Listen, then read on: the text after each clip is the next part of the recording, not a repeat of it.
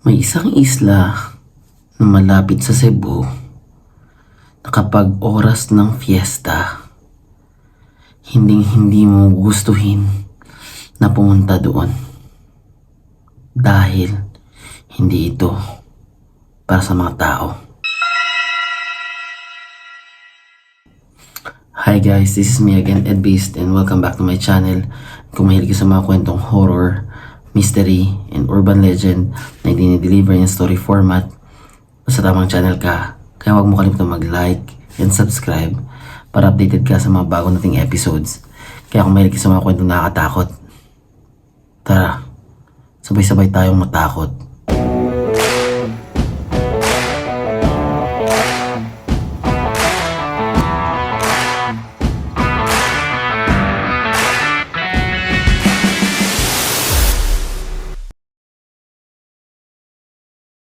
Bago ko simulan yung kwento sa episode na to, gusto ko muna kayong batiin ng Happy New Year and sana magiging maganda pa yung 2025 para sa inyo and sa mga sumuporta sa akin this year.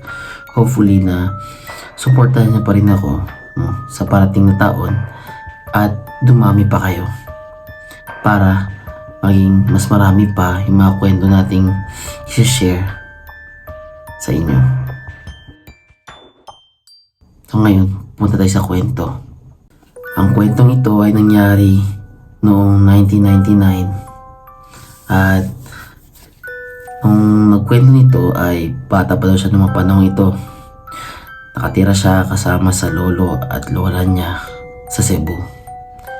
Sabi niya, malapit siya sa dagat nakatira. And kapag wala siyang pasok ay tinutulungan niya yung lola niya magtinda ng mga lato or seaweed.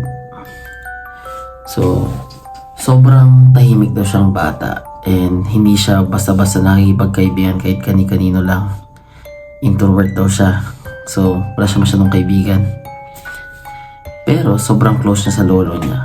And one time, niyaya siya ng lolo niya na pumunta sa isang fiesta sa kabilang isla na hindi daw masyadong malayo. Sabi niya nga is around 15 kilometers lang yung layo ng islang yun sa kanila. And sa ngayon, sa modern time, ay isang sikat na tourist spot daw ito. Pero maraming ibinilin yung lolo niya sa kanya kung gusto niyang sumama sa fiesta na yun kinabukasan.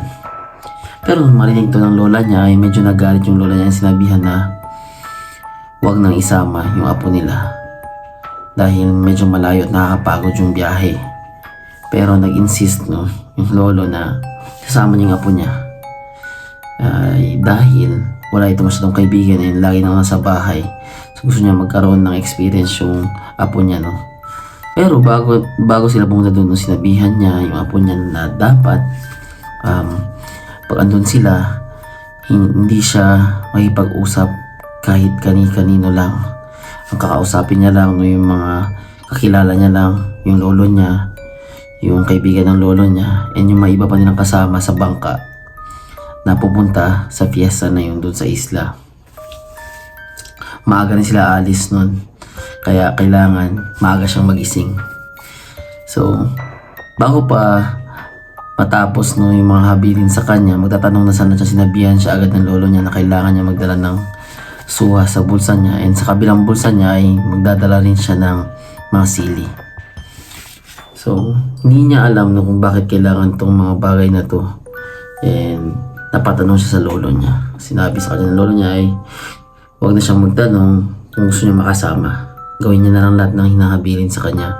Tsaka yung pinaka-strict sinabi sa kanya ng lolo niya na wag siyang kumain ng pagkain na kakaiba, na never pa niyang nakain. So kakainin niya lang yung mga pagkain na pamilyar na sa kanya at natikman niya na. Kinabukasan, madaling araw, nagsimula silang bumiyahe papuntang isla na yun. Sabi nila, nung malapit na sila, ay parang kakaiba din pakiramdam na sobrang lamig ng ihip ng hangin na parang tumatago sa buto. Na parang pakiramdam niya na may nagmamanman sa kanila and may masamang mangyayari sa araw na yun. Bago pa sila makarating sa isla, may nakita silang sobrang gandang mga ilaw sa isla na yun. Nagtagal daw ng ilang minuto and namangha sila doon. Pero sinabihan siya ng kaibigan ng lolo niya na huwag ka magpadala sa mga nakikita mo. Nagulat din siya kung bakit sinabi yun ng kaibigan ng lolo niya, pero hinayaan niya lang ito. And pagkarating nila sa isla, marami daw tinitinda doon na isda. Sobrang sariwa daw ng mga isda na tinitinda. And nagulat sila, uy, parang bagong huli pa. And kahit sa tabing dagat daw ito, ay nagulat sila na may mga tinda itong tilapia at bangus, which is sobrang hindi talaga common pag nasa tabing dagat ka. Pero dahil bihira sila makita ng ganun, dahil sa dagat naman sila nakatira malapit, bumili yung lolo niya tsaka yung kaibigan ng lolo niya ng isdang bangus at tilapia para daw iihaw nila doon sa bahay ng pamangkin ng lolo niya. Sabi niya may pamangkin doon yung lolo niya doon, and pumunta sila diretso doon. So nung daladala nila yung isda na nabili nila, sa di kalayuan ay may nakasalubong silang matanda. Sobrang tanda na daw nito, and bumulong ito sa kanila na wag niyong kakainin yung mga isdang nabili nyo. Pero kung gusto nyo talaga itong kainin ay buhusan nyo muna ng something na makati. Parang yung suha or anything na basta makati ito. So narinig to nung batang to, and nagulat siya kung bakit sinabi to ng matanda ng pabulong. And hindi niya pinansin ito. Dumiretso sila sa bahay ng pamangkin ng lolo niya, at doon nagsalo-salo sila. Kumain daw siya ng maraming buko dahil masarap daw ito at matamis. So parang pag sa Bisaya yata butong yung tawag doon. Kumakain siya noon, and nagsimula na daw ihawin yung mga isa na nabili nila. Pero bakit daw kakaiba tong isda na nabili nila, no? And napatanong siya kung saan ba ito nabili. Dahil kahit mukhang sunog na daw yung isdang binili nila, yung loob nito ay hilaw pa at hindi naluluto ng maayos. Medyo nang-weirdohan na sila noon, and nung hinugasan ito ng lola niya, nagulat sila na hilaw pa talaga, no? Natanggal yung mga sunog na part, and parang hindi talaga naluto yung isda na nabili nila. So medyo nagulat sila doon, and na-weirdohan na silang lahat, at tinapon ito ng lolo niya papunta saan nakalagay yung aso nila. And kahit yung mismong aso nila ay hindi kinain yung isdang yun. So nagtaka sila kung bakit ganun. So ngayon naalala nila yung sinabi ng matanda na lagyan ng something na makati yung binili nila. So kumuha ng balat ng palay yung kaibigan ng lolo niya, and binudburan yung isda. Napatulala sila sa nangyari. Laking gulat nila na yung isdang binili nila ay naging parte ng katawan ng tao na para bang pinutol ito. Nagulat silang lahat at nagsimula silang magsuka, and nanlambot yung kanilang mga tuhod, and nasira yung mga sikmura nila.